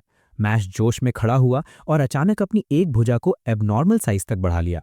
यही थी ड्रैगन आर्म, उसके शरीर में छिपी हुई असली पावर। आर्या ने अपनी एबिलिटीज का इस्तेमाल करके इसे मैश के लिए अनलॉक किया था। अब इस आर्म की मदद से मैश हेमी डैमेज देने वाली ताकत से फाइट कर सकता था। लेकिन इतनी बड़ी भुजा देखकर आर्या खुद थोड़ा अनकंफर्टेबल हो गई। ये विजुअल उसे बिल्कुल नॉर्मल नहीं लग रहा था। एलोलू ने तुरंत अग्री करते हुए बोला, मैश का पूरा शरीर तो पतला सा था, लेकिन उसकी बांह इतनी फूली हुई थी कि वो किसी डिस्टॉर्टेड इंसान जैसा लग रहा था। अपने सबसे करीबी दोस्त से ऐसा सुनकर मैश को गुस्सा आ गया और वो एलोलू को डांटने के लिए मुड़ गया। लेकिन तभी कुछ अजीब हुआ। उसकी आवाज से लेकर मूवमेंट्स तक मैश अचानक स्लो हो गया। ये एलोलू का सीक्रेट सपोर्ट मैजिक था, डिले स्पेल, जिसे आर्या ने अनलॉक करने में उसकी मदद की थी। और बात यहीं खत्म नहीं हुई। एलोलू ने मैश पर लगे स्लो इफेक्ट को हटाया और उस पर स्पीड मैजिक डाल दिया। अब मैश एक जगह टिक ही नहीं पा रहा था, उसका मुंह नॉनस्टॉप चल रहा था और ये देखकर सब हंसने लगे। इस पूरे सीन के बाद रिस्टा ने एलोलू की खुलकर तारीफ की। वो बोली, अगर उसे पहले पता होता कि आर्या इतना परफेक्ट गाइडेंस देगी तो वो शुरू से ही दोनों बच्चों को उसी के भरोसे छोड़ देती। ये सुनकर आर्या ने तुरंत क्रेडिट लेने से मना कर दिया। उसने कहा कि उसने कुछ स्पेशल नहीं किया, बस दोनों बच्चों को उनकी इनबॉर्न पोटेंशियल इस्तेमाल करने में मदद की है। अब दोनों बच्चे ठीक थे। रिस्ता को बस यही उम्मीद थी कि साया के साथ भी सब स्मूथ चल रहा होगा। जैसे ही आर्या को पता चला कि साया माइडस के साथ ट्रेनिंग कर रहा है, उसने जोर से मेज पर हाथ मारा और अचानक खड़ी हो गई। उसने रिस्ता को बताया कि उस देवी को सेक्सुअल एडिक्शन है। कई सालों में माइडस ने अनगिनत हीरोज को ल्योर किया था। इसी वजह से इश्तारा ने उसे उस जंगल में एग्जाइल कर दिया था। अगर कुछ गलत हो गया तो साया फिर कभी हीरो नहीं रह पाएगा, क्योंकि एक देवी का फिफी ह्यूमन से रिलेशन रखना एक स्ट्रिक्ट टैबू था। ये सुनते ही रिस्ता का चेहरा पीला पड़ गया और वो साया को ढूंढने दौड़ पड़ी। जब वो वहां पहुंची, उसने साया को अकेले खड़ा पाया और सामने माइडस पूरी तरह नग्न हालत में एक पेड़ से बंधी हुई थी। रिस्टा ने जब साया से पूछा तो उसे पता चला कि माइडस ने उसे वहीं रुकने को कहा था, जबकि वो प्रिपरेशन के लिए गई थी। जब वो लौटा तो उसे यही सीन मिला। माइडस एक्साइटेड होकर हंसी और बोली कि ये साया का फाइनल टेस्ट होगा। उसे मैजिकल बो से रस्सी पर परफेक्ट एम करना होगा, फिर वो नीचे गिरेगी और उसके बाद दोनों के बीच इंटीमेट रिलेशनशिप होगा। रिस्ता चीख पड़ी और उसे रोकने की कोशिश की, लेकिन अब माइडस को रिस्ता की कोई परवाह नहीं थी। जिस पल उसने साया जैसे हैंडसम हीरो को देखा था, उसने ठान लिया था कि किसी भी कीमत पर उसे हासिल करना है। रिस्ता ने साया को रोकने के लिए मुड़कर देखा, लेकिन साया पहले ही अपना बो उठा चुका था। साया ने सीधा माइडस के सिर पर एरो चला दिया। ये देखकर रिस्टा शॉक में आ गई। वो जानती थी कि देवियां मरती नहीं हैं, लेकिन फिर भी ये एक्ट गॉड्स के प्रति प्योर डिसरिस्पेक्ट था। माइडस ने खुद ही रस्सी तोड़ दी और जमीन पर गिर पड़ी। उसने कहा कि साया का मजाक बिल्कुल फनी नहीं था। जैसा पहले कहा गया था, ये फाइनल टेस्ट था। क्योंकि उसका एम मिस हो गया था, अब दूसरा टेस्ट होगा। माइरस ने साया को वार्न किया कि अब वो अटैक करने वाली है। इतना कहकर वो साया की तरफ दौड़ी। साया ने बिना पैनिक किए बो उठाया और 2 एरोज उसकी आंखों में और तीसरा सीधे उसके मुंह में दाग दिया। 3 परफेक्ट हिट्स के बावजूद माइडस खड़ी रही। उसके फेशियल एक्सप्रेशंस देखकर मैश और एलुलू डर गए। वो बिल्कुल भी देवी जैसी नहीं लग रही थी। उसी पल माइडस की नज़र मैश पर पड़ी। पहले मैं मैश को ब्रेकफास्ट की तरह खाऊंगी, ये कहकर वो उसकी तरफ दौड़ी। मैश डर के मारे जान बचाकर भागा, लेकिन साया पहले से रेडी था। उसे शुरू से पता था कि माइडस मैश को टारगेट करेगी। साया ने 5 एरोज चलाए और उसे पास के पेड़ की शाखा से पिन कर दिया। अमेजिंग, माइडस ने कहा।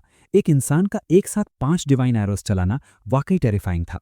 अब उसके पास साया को सिखाने के लिए कुछ भी नहीं बचा था। इन शब्दों के साथ ही साया पूरी तरह प्रिपेयर हो चुका था। पूरा ग्रुप टेलीपोर्ट होकर दूसरी दुनिया में वापस लौट आया। जैसे ही वे पहुंचे, कार्लो पहले से ही उनके पीछे खड़ा था। उसने रिश्ता को बताया कि रोजालिया अकेले ही बिएल्ज़ेबब के ठिकाने की ओर निकल चुकी है। ये बात साया की प्रेडिक्शन से बिल्कुल मैच कर रही थी। साया ने मैश को उठाया और बिना देर किए हवा में उड़ गया। यहां से मॉन्स्टर के हाइडआउट तक काफी डिस्टेंस था, मतलब रोजालिया अभी वहां पहुंची भी नहीं होगी। यही सोचकर पूरा ग्रुप तेजी से आगे बढ़ा। साया ने एक परफेक्ट हाई पॉइंट चुन लिया जहां से सब कुछ साफ दिखाई दे सके। उधर रोजालिया चढ़ाई करते हुए सीधे उसके अड्डे की तरफ बढ़ रही थी। उसके चारों ओर एक डिवाइन बैरियर था, जिस वजह से मक्खियां उस पर अटैक नहीं कर पा रही थी।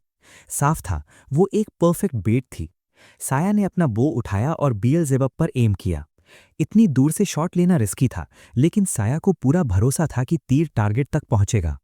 जैसे ही वो एरो छोड़ने वाला था, तभी सैनिकों का एक दल अचानक सामने आ गया और नायक को सल्यूट करने लगा।